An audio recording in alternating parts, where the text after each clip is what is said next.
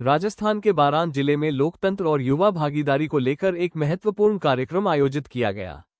दिनांक 26 फरवरी 2026 को बारान के कॉलेज बारान में विकसित भारत युवा संसद विषय पर जिला स्तरीय कार्यक्रम संपन्न हुआ।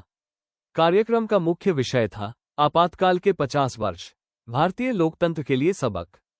इस अवसर पर छात्र एवं छात्राओं ने बढ़ चढ़कर भाग लिया और लोकतंत्र, संविधान तथा आपातकाल के ऐतिहासिक परिप्रेक्ष्य पर अपने विचार विस्तार से प्रस्तुत किए। संवाद कार्यक्रम के माध्यम से युवाओं ने लोकतांत्रिक मूल्यों और नागरिक जिम्मेदारियों पर चर्चा की। कार्यक्रम के अंत में प्रथम, द्वितीय और तृतीय स्थान प्राप्त करने वाले प्रतिभागियों को स्मृति चिन्ह भेंट कर सम्मानित किया गया। यह आयोजन राजस्थान के चयनित 12 जिलों के बॉयज कॉलेजों में आयोजित किए जा रहे जिला स्तरीय कार्यक्रमों का हिस्सा रहा। कैमरामैन के साथ कमल जी नागर, लोक संसद news, बारान। What lesson then does the emergency period hold for India's democracy?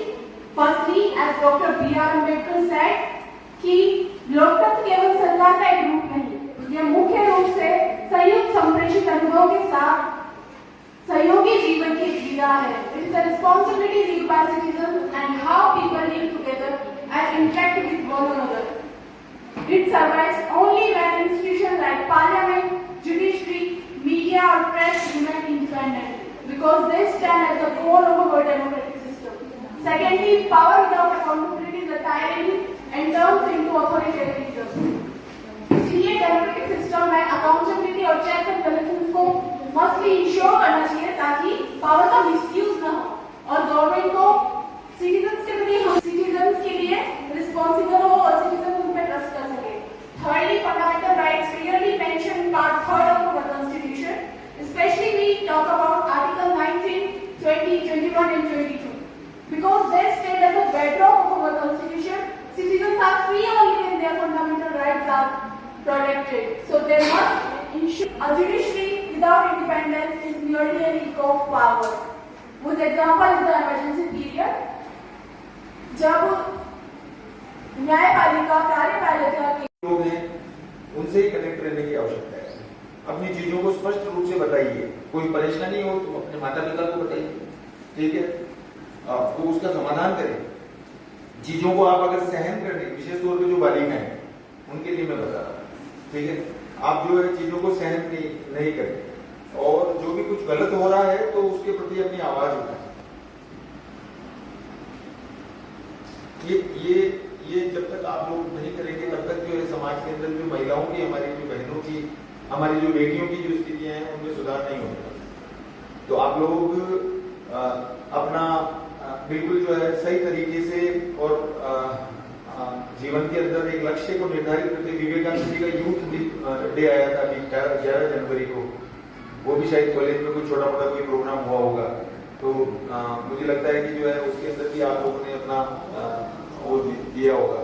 तो उन सारी चीजों को आप लोग जो है देखें, समाज के लिए अपना योगदान दें, अपनी आवाज को उठाएं, स्पष्टवादी रहें और जीवन में जो है कुछ अच्छा कर गुजरे। एक बिल्कुल छोटा सा स्पेन है जीवन का, ठीक है ना।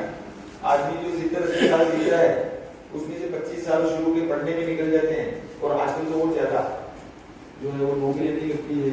बहुत सारी जो है चीजें हैं जिनके कारण जो है वो पढ़ता ही रहता है, कंपटीशन देता ही रहता है, 30 साल का हो जाता है। तो आपने जीवन का अगर 80 साल में से अगर 30 साल निकाल लिए तो फिर कितना 50 साल का पीरियड बचता है। 50 साल का मतलब 60 के बाद तो अपन वैसे भी जो है अपने यहाँ मानते हैं कि वो आदमी किसी काम का नहीं रहता है, संन्यास आश्रम में चला जाता है। तो मेरा मतलब ये है कि मतलब फिर वो आपके पास समय मिला कि protect your right, but it turns against your will, and she turns into a ruler who snatches away the fundamental rights of these citizens. Then represses, jails political opponents and turns the public debate into a part of history. Unfortunately, it is not a hypothetical situation. It was one of the darkest periods of world's largest democracy, India. The emergency of 1975. The emergency lasted for 21 months, but the lesson from those months must last forever. So here comes the first lesson. अधिकार सिर्फ कागजों में